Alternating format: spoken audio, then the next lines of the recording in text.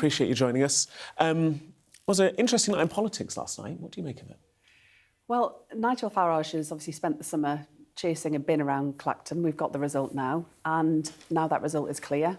Nigel Farage can set out to the public exactly what's been going on in recent weeks and months, all of the sleaze and the scandal that Reform has been engulfed in, whether it's the £5 million dodgy gift or his connections to a convicted fraudster.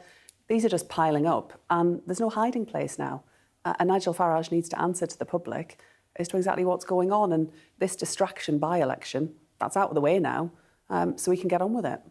There were 34 candidates on the ballot paper. The main parties, Labour Party, Lib Dems, Conservatives, weren't there.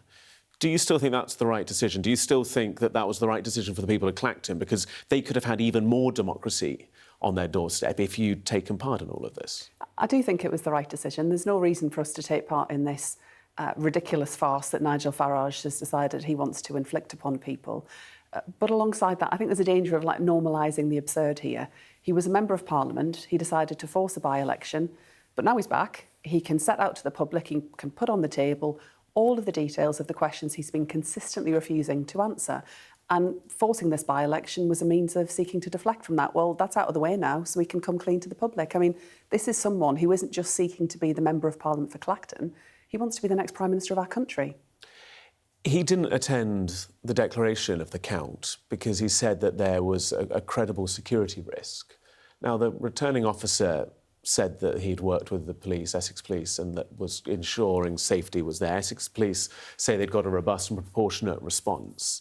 What do you make of this allegation that Farage is putting forward? Because it's serious. You know, the conversation we've been having about safety in politics, you know it far better than I do, but safety in politics is serious. He's making this allegation this morning, which seems to have been pushed back by those that would ensure the safety. What's all that about? Well, of course, the safety of politicians is of the utmost importance, and no one should face threats or intimidation because of who they are and the job that they're seeking to do. I don't know exactly what's gone on here, but like you, I've heard what the police have had to say, that they've pushed back a bit on that suggestion. And I know that Nigel Farage is facing some criticism even from within his own ranks, that he wasn't prepared to be at the count. And, you know, those who are responsible for running counts and the police oversight of that, they're used to dealing with high-profile situations. But, you know, I think people will come to their own conclusions. It's hard to know. Nigel Farage has given one version of events, and we've heard something a bit different from the police responsible. I just want to pick up on a couple of the other things that are in the public space at the moment. Stourbridge yesterday, 6 homes ablaze, people taken to hospital, whether it's then Dunwich Heath on fire, whether it's Conway Mountains on fire, whether it's the Cairngorms on fire. And yesterday, a Cobra meeting of the government, and kind of the outcome of that seemed to be potentially banning disposable barbecues. Is the response from the government proportionate to the dire challenges we're facing at the moment? You know, you look, people's houses have gone up in flames, and the best we're getting at the moment is maybe we need to ban some barbecues. Should you not be doing more? So this is obviously extremely serious, both for those affected, but also I think what it tells us about what may happen in the years to come. And I think it really brings home the challenges that we're facing around temperature, around climate change, and much more besides. And I just do want to pay tribute to particularly the firefighters and emergency responders who have worked in extremely difficult circumstances to support people and those who've been affected. It's a really, really worrying time. But I think it's a worrying time for all of us in terms of what the long-term trends around this mean. It is right that we look at areas like banning disposable barbecues. They can be an absolute menace and can contribute to wildfires and fires in parks. But alongside that, there are some big and profound questions that we have to ask about resilience, about how well prepared we are for these huge variations in temperature.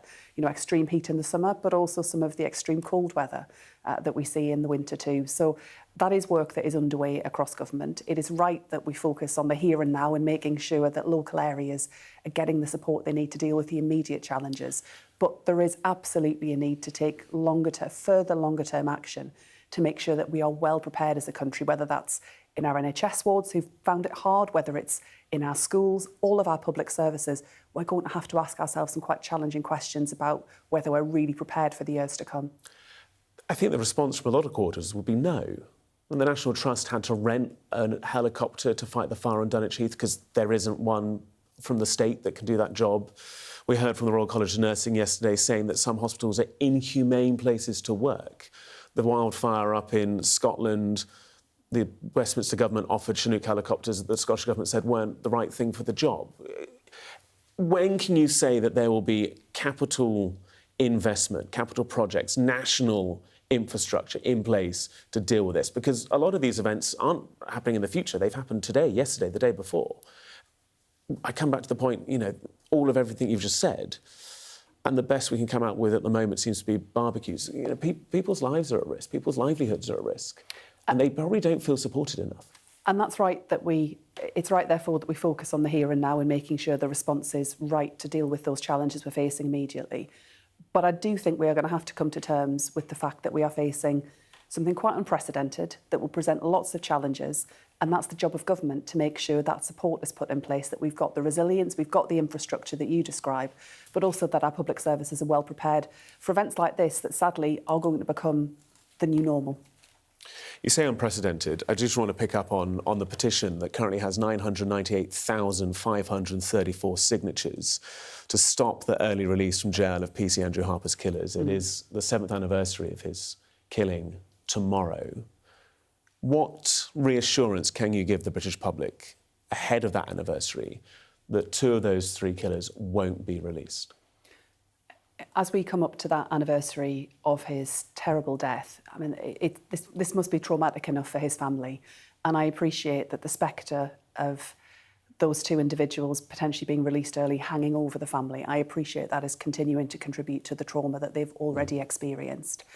It's why Andy Burnham has been clear that we will do what is necessary to make sure those 2 individuals are not released early. They won't be released early. And, well, we will do what... We're confident that there is a solution and that this can be found. Of course, the 2 individuals in question are not due to be released until next year in any event, so that they're not imminently due to be released from prison. But I do completely recognise that both in this case and in a number of other cases, it is obviously really painful for victims to face the prospect of those responsible for serious crimes being released early. This is not a situation that any of us want to be in.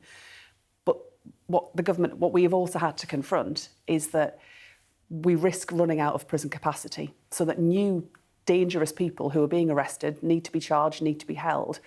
We could end up in a situation where we can't detain those people, can't keep the public safe from harm, because we've just completely run out of space in the prison system. That's why we're building more prisons.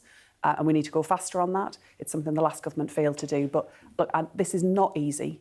And I know it's particularly tough for those victims who are worried about what happens next. And that's why we're committed to getting this right. Bridget Phillipson, good to see you. Appreciate the time. Thank you.